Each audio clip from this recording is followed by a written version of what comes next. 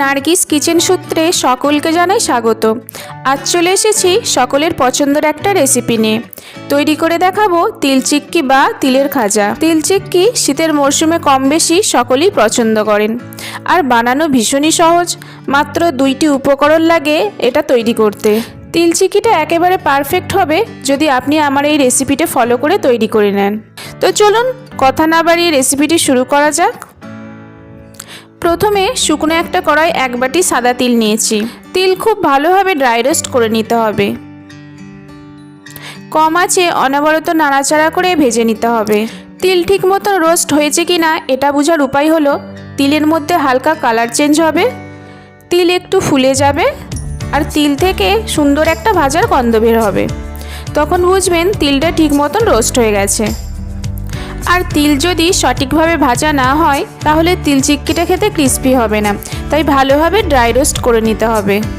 প্রায় 7 থেকে 8 মিনিট ভাজার পর তিলটা এখন পুরোপুরি ভাজা হয়ে গেছে। এবার একটা প্লেটে ঢেলে নিচ্ছি।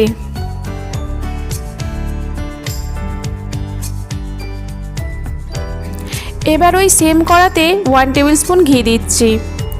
ঘি মেল্ট হলে গুড় দিচ্ছি। যতটা তিল নিয়েছি তার হাফ গুড় নিতে হবে। কম আঁচে গুড় ভালোভাবে গলিয়ে নিচ্ছি। গুড়ের মধ্যে 1/4 টিস্পুন লবণ দিচ্ছি। যে কোনো মিষ্টি খাবারে একটু লবণ দিলে মিষ্টির মধ্যে ব্যালেন্স আসে, আর সেটা খেতেও বেশ ভালো লাগে। গুড় ভালোভাবে ফুটে গেছে আর একটু ঘন হয়ে এসেছে।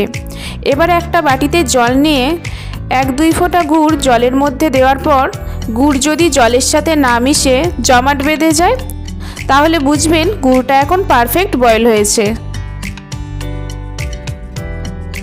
এবার ভাজা তিল গুড়ের মধ্যে দিয়ে ভালোভাবে মিশিয়ে নিতে হবে, আর গ্যাসটা এই সময় অফ করে নিয়েছি। গুড়ের সাথে তিল ভালোভাবে মিশে গেলে এবার গরম অবস্থাতে এই মিশ্রণটা একটা জায়গায় ঢেলে সেট করে নিতে হবে। এখানে আমি একটা চপিং বোর্ডের উপর বাটার পেপার দিয়ে একটু অয়েল ব্রাশ করে নিয়েছি। মিশ্রণটা এবার এই পেপারের উপর ঢেলে সেট করে নেব। আপনারা যে কোনো সমান জায়গায় এই মিশ্রণটা ঢেলে সেট করে নিতে পারেন, শুধু সেই জায়গাটাই অয়েল ব্রাশ করে নিতে হবে। কড়াই থেকে নামানোর পর দ্রুত ওই কাজটা করতে হবে, তা না হলে চিক্কিটা জমে যেতে পারে। এবার একটা রোলিং পিন নিয়ে ঘি মাখিয়ে নিচ্ছি। এরপর মিশ্রণটা রোলিং পিন দিয়ে বেলে সমান করে নেব। আপনারা যতটা পাতলা বা মোটা করতে চান সেই মতন করে নেবেন। গরম থাকা অবস্থাতেই আমি ছুরি দিয়ে কেটে নিচ্ছি। চিক্কি যদি পুরোপুরি ঠান্ডা হয়ে যাওয়ার পর কাটতে যান অসুবিধা হবে, আর সঠিক মাপে কাটা যাবে না। এই তিলের খাজা একবার বানিয়ে 3 মাস পর্যন্ত রেখে খেতে পারবেন। তৈরি হয়ে গেল খুব সহজে, কম সময়ে ও কম উপকরণ দিয়ে তিলের খাজা বা তিল চিক্কি। তো দেরি না করে ঝটপট তৈরি করে ফেলুন তিলের খাজা। আমার আজকের রেসিপি ভালো লাগলে ভিডিওটিতে একটা লাইক দেবেন, আর চ্যানেলটি সাবস্ক্রাইব করা না থাকলে সাবস্ক্রাইব করে পাশে থাকবেন।